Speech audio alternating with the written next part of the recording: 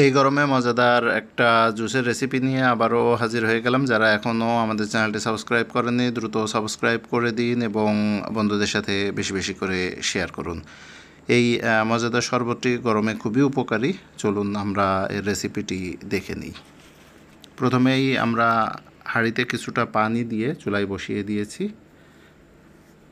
দেখতে পাচ্ছেন এখানে আমরা 4 গ্লাস শরবতের জন্য মোটামুটি 2 গ্লাস পানি এখানে দিয়ে দিয়েছি। আর 1 চা কাপের সমান সাবুদানা আমরা এখানে নিয়ে নিলাম। এই সাবুদানাটা আমরা মূলত এই যে পানিটি বসিয়ে রেখেছিলাম সেই পানিতে দিয়ে এটা ফুটিয়ে নেব। প্রপারলি ফুটিয়ে নেওয়ার জন্য আমরা এখানে সাবুদানাগুলো দিয়ে দিলাম।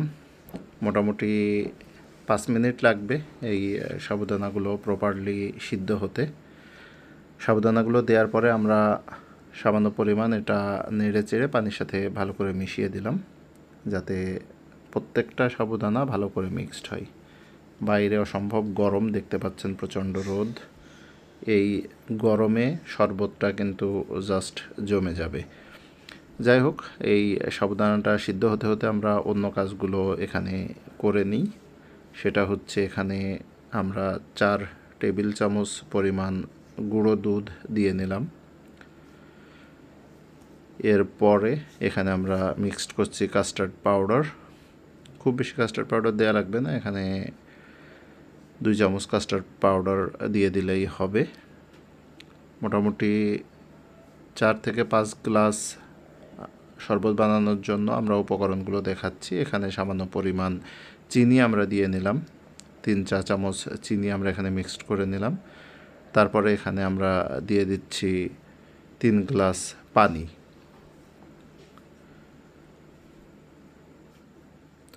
পানিটা দেওয়ার পরে এইগুলো ভালো করে আমরা মিক্সড করে নিচ্ছি। কাস্টার্ড পাউডার, গুঁড়া দুধ এবং চিনিটা ভালো করে মিক্সড করে এটা আমরা চুলায় একটু জ্বালিয়ে নিব। যেমনটি দেখছেন চুলায় এটা আমরা মোটামুটি ভালো মতো গরম করে নিচ্ছি। আর এর ফাঁকে ফাঁকে সাবুদানাটা কিন্তু সিদ্ধ করে নিচ্ছি। সাবুদানাটা মোটামুটি 50% সিদ্ধ এখানে হয়ে গেছে, আরও হয়তো 2 থেকে 2.5 মিনিট সময় লাগবে। আর কাস্টার্ড মিক্স করা যে গুঁড়া দুধটা ছিল সেটাও এখানে ভালো মতো আমরা ফুটিয়ে নিয়েছি।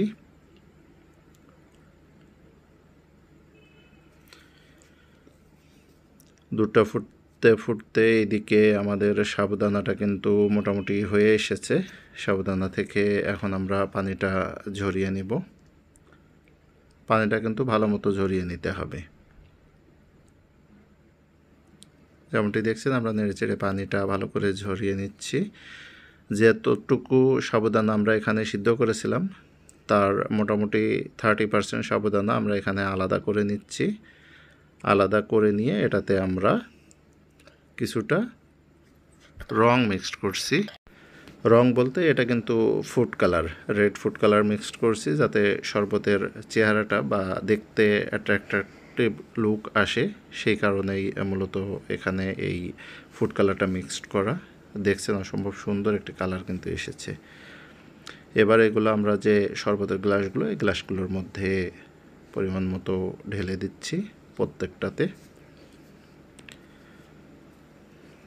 প্রত্যেকটা গ্লাসে আমরা কিন্তু সমান করে এগুলা মিক্স করে দিলাম। এবার এটার মধ্যে আগে থেকে তৈরি করে রাখা অন্যান্য যে উপাদানগুলো সেগুলো দিব, কিন্তু ঠান্ডার জন্য আমরা এখানে বরফ মিক্স করছি। প্রত্যেকটাতে যে যেমন ঠান্ডা খেতে চান সেই পরিমাণ মতো বরফ এখানে মিক্সড করে দিবেন। যদি বেশি ঠান্ডা খেতে চান তাহলে এখানে 2 থেকে 3 টুকরা বরফ মিক্সড করে দিতে হবে। বরফ মিক্স করে দেওয়ার পরে এটাতে আমরা আগে থেকে যে সিদ্ধ করা সাবুদানাগুলো সেগুলো এখানে দিয়ে দিচ্ছি। এটাও প্রত্যেকটা কাপে আমরা মোটামুটি পরিমাণ মতো দিয়ে নিচ্ছি। সুস্বাদু এই শরবতটি গরমে কিন্তু খেতে পারেন, এটা স্বাস্থ্যের জন্যও কিন্তু যথেষ্ট উপকারী।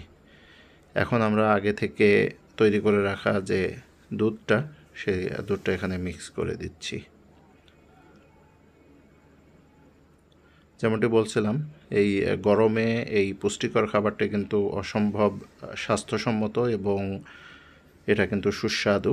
বাড়িতে অবশ্যই চেষ্টা করে দেখবেন, আশা করি ভালো লাগবে। দুধটা মিক্সড করে দেবার পরে আমরা এটা চামচ দিয়ে ভালো করে নেড়ে চেড়ে একদম ফাইনালি প্রিপেয়ার করে নিব এবং তারপরে এটা কিন্তু আপনারা খেতে পারবেন। আর যদি ঠান্ডা করতে চান তাহলে আধা ঘন্টা ফ্রিজে রেখে ঠান্ডা করে তারপরে খেতে পারবেন।